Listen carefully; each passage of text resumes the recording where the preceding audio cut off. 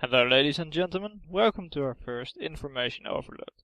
We are Sywick and Sywick from the Sywick channel. In videos like these, we discuss pre-release information while giving our thoughts on gameplay features. This information overload will cover FIFA 13 information that has been released on the E3 and Gamescom. Let's get started with new core gameplay features. The impact engine has been tweaked, making for less random falls and no more people flying around the pitch. The gameplay footage we've seen so far from live streams and Gamescom looks a lot better than some of the impacts in FIFA 12. First, touch control. This change will cause more random ball loss while playing with lower league teams, but allows for more control while playing with world-class teams. This will be infuriating for some, but it will make the game more realistic overall. Complete dribbling. This feature will give you more options to get past your opponents. While this will benefit offensive opportunities, we will have to wait and see what this does for the difficulty of defending. Attacking intelligence. This will be notable in the runs your teammates initiate. They will make more diverse runs and create new attacking opportunities, without you having to repeatedly press a button. We hope this change will heavily contribute to the overall feel of gameplay. FIFA 12 felt too static in a lot of situations. Tactical free kicks. You can creep the wall forward, but be aware that a random player in the wall can receive a yellow card when the wall gets too close to the ball. If this distance is dynamic in relation to the referee personalities, this is a nice and game-changing feature. There are now 3 players at the ball, offering for more opportunities for direct shots, layup shots, and more importantly, step over. Career mode. This game mode now includes international championships. This offers a more complete gameplay experience. The Manager career mode offers you a possibility to manage an international team, while still being a manager of a football club. In this year's FIFA you will get more opportunities to do transfers. Offering players and money to buy a new player is now one of the possibilities. Another option for career mode is the Be a Pro career mode. Create your own player and try to become a star. When you stop your career as a player, you can go on and continue your career as a manager. In both types of careers you can now move between clubs in the January transfer window. This causes a more active transfer market and a closer resemblance to the real world. The detail of presentation has been improved this year as well. First of all, work has been done on the sound during matches. For instance, the sound the crowd makes after you've scored a goal should be more enthusiastic now. Furthermore, subs that are warming up, coaches and cameramen are now visible along the sidelines. Skill games. This is a nice new feature which offers challenges in the arena or during match loading times. It creates a way of improving your skills while not playing matches. The player earns medals for completing these challenges at a certain difficulty. Challenges are made more difficult by increasing the difficulties of AI players or setting the controls to manual instead of assisted. Seasons. This game mode is head-to-head mode with a revamped point system to make it more like league points. Now your league position matters as opposed to simply filling your division bar. Matchmaking has been improved. This could result in more diverse fixtures by giving us more filter options. For example, a 3-star team versus another 3-star team, instead of needing to pick a 5-star team to compete. Division titles. These titles give you something to achieve during the season, while trying to work up your division ranks. Persistent team management saves. With this feature you will be able to pre-make team setups, allowing for quick selection instead of fiddling around with it during the match. This will make for less waiting time before the match actually starts. If expanded to more than one setup, this allows for countering your opponents by picking a different setup without needing to redo all your work. Sort of like loadouts in Call of Duty. This gives a far more dynamic matchup system. 2 versus 2, local or online. In the Gamescom conference, it has been mentioned that this game mode will be online. However, the FIFA social media states that it will be local. If they make it local, it will still be fun, but more targeted at couch co-op, making it similar to the Kieran guest mechanic.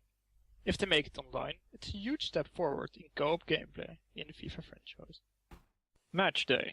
This game mode tries to link real-world football to the world of gaming. You can play the next 4 fixtures of your favorite team in a sort of combination between the current challenge modes and live season. Real-world form, injuries and suspensions will be reflected in those fixtures. Furthermore, this game mode will feature dynamic commentary. Actions from real-world football will be mentioned by commentators during matches. This feature will require a lot of work to keep the commentary up to date with the recently played matches. When done correctly, this offers quite a nice addition. While it is likely that this game mode will be played by many people shortly after release, I expect people to lose interest after a while, depending on how the game mode will be sustained throughout the FIFA 13 life cycle. Pro Clubs. New filter options for matchmaking. Allows you to avoid games with people picking any or goalkeeper, depending on your own club preferences. Separated pros for online. This will prevent people from hacking their pro by saving it on the server. Your offline pro can only be used in the offline matches, preventing you from farming accomplishments. This could cause stat imbalances while wanting to play with friends if they play online often while you don't.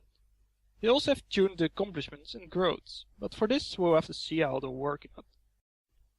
Free Agent Hub. Definitely a positive aspect. Trying out clubs to see their team play in action is always a good thing before joining.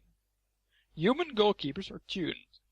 No more human goalies on full assistance, making it a bit harder to be a good goalkeeper, instead of just standing there holding down one button. Team AI gets better when club improves. A major update to the pro clubs. This would make clubs much more enjoyable by scaling it up or down depending on skill of the club. Also, the stats and behaviors of pro and AIs will be based off players in top leagues. This sounds like it offers a more authentic gameplay experience. Ultimate Team. This year's Ultimate Team features new additions for new and veteran players. The overall UI has been improved to create a better overview and to make every aspect of this game mode more accessible for all players. A rewarding tutorial has been added. Now it is easier to get into the mechanics of Ultimate Team as a new player. On the other hand, veteran Ultimate Team players get rewarded with bonus packs for loyalty. Team of the Week challenges can be played as well. This enables you to play matches against featured Ultimate Teams. These matches offer the opportunity to win rewards every week. A seasons formula has been added too. This gives more depth to the matches played. Seasons offer something else than knockout tournaments, with a reward at the end even if you don't finish the season in first place. The EA Sports Football Club catalog offers unlocks that can be bought with the currency that is earned by leveling up in the EA Sports Football Club. For Ultimate Team, this catalog can prove a nice addition if it allows you to customize your team and if it will affect the way Ultimate Team handles the coin rewards after certain matches. 2 game-breaking changes have been made for the Ultimate Team concerning the fitness and morale of your players.